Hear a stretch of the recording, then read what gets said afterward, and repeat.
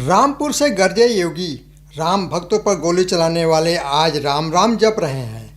दोस्तों, मुख्यमंत्री योगी आदित्यनाथ ने सपा के मजबूत किला रामपुर में अपने भाषण के दौरान समाजवादी पार्टी और कांग्रेस पर जमकर निशाना साधा।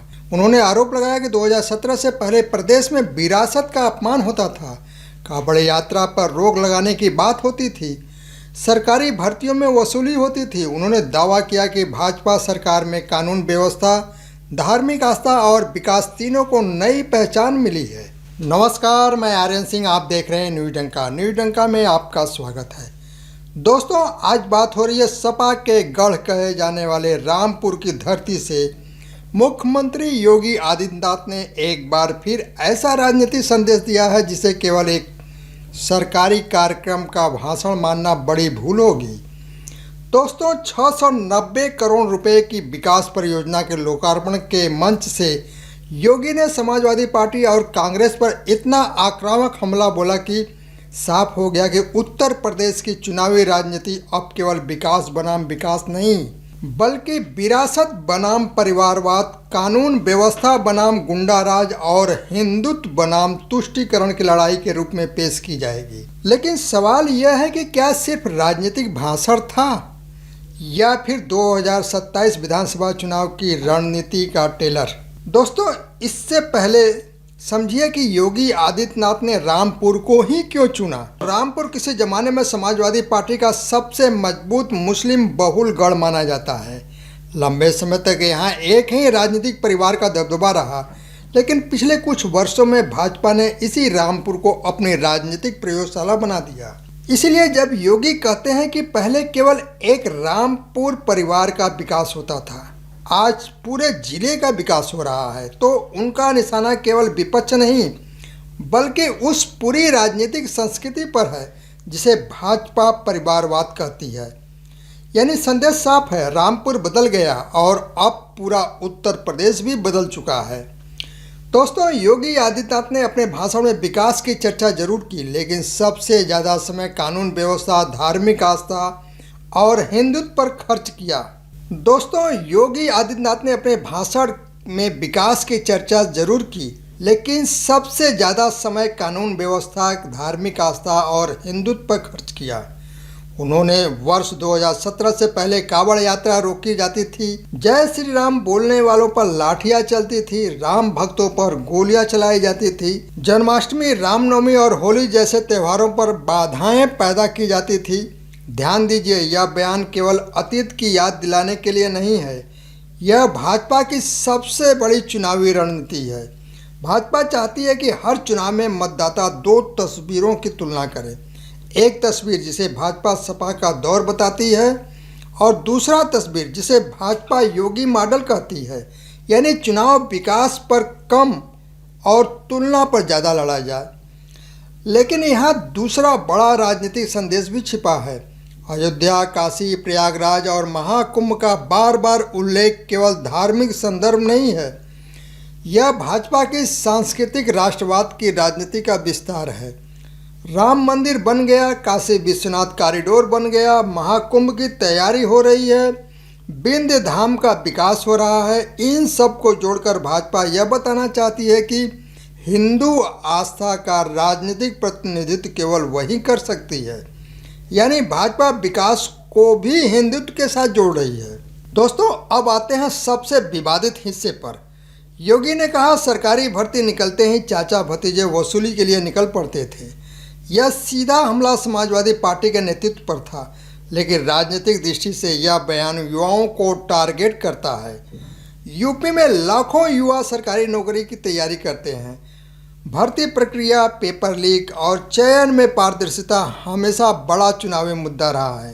भाजपा इस वर्ग को यह संदेश देना चाहती है कि पहले नौकरी बिकती थी, अब योग्यता से मिलती है। चाहे विपक्ष इस दावे को चुनौती दे, लेकिन राजनीतिक संदेश पूरी तरह युवाओं के लिए तैयार किया गया है। अब बात करते हैं दलित राजनीति की। दोस्तों, योगी ने वाल्मीकि समाज की जमीन का मुद्दा उठाया। उन्होंने कहा कि समाजवादी शासन में दलितों की जमीनों पर कब्जे हुए।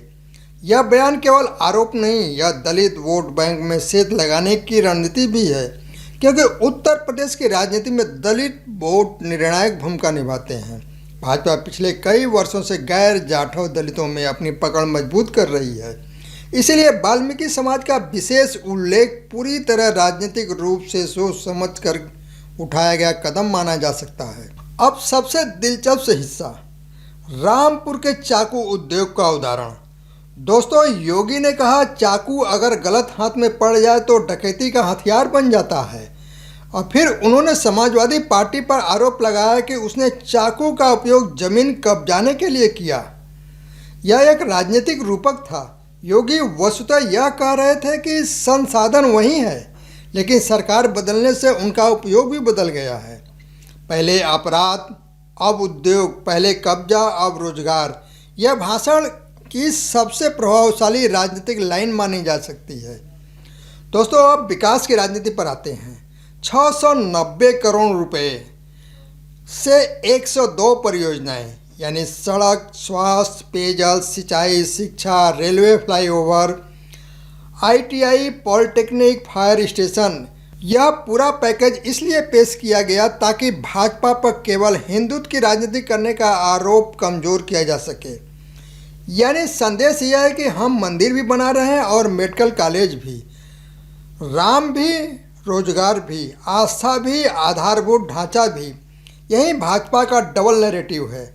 लेकिन विपक्ष यहाँ क्या कर सकता है? दोस्तों, वहीं दूसरी ओर समाजवादी पार्टी संभवतः इन आरोपों को राजनीतिक बताएगी।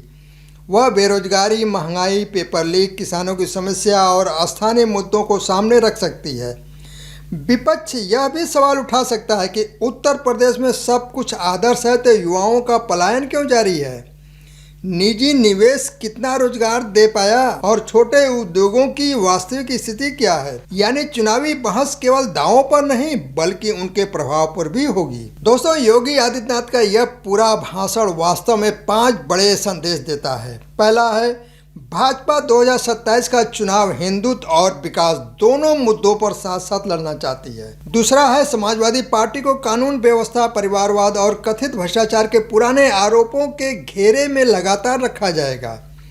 तीसरा, युवाओं, दलितों और गैर यादव पिछड़ों को अलग अलग संदेश देकर व्यापक सामाजिक गठबंधन बनाए रखने की कोशिश जारी है। चौथा है, अयोध्या, काशी महाकुंभ और धार्मिक विरासत भाजपा के राजनीतिक विमर्श का अस्थायी हिस्सा बने रहेंगे।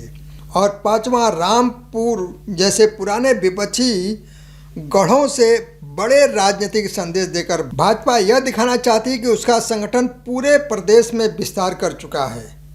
दोस्तों, कुल मिलाकर रामपुर का यह कार्यक्रम केवल 690 करोड़ रुपए की परियोजना का उद्घाटन नहीं था। यह उत्तर प्रदेश की आने वाली चुनावी राजनीति की दिशा दिखाने वाला मंच भी था। मुख्यमंत्री योगी आदित्यनाथ ने अपने भाषण में विकास, कानून व्यवस्था, सांस्कृतिक विरासत, रोजगार, दलित राजनीति और हिंदुत्व सभी मुद्दों को एक ही राजनीतिक कथा में पिरोने की कोशिश की।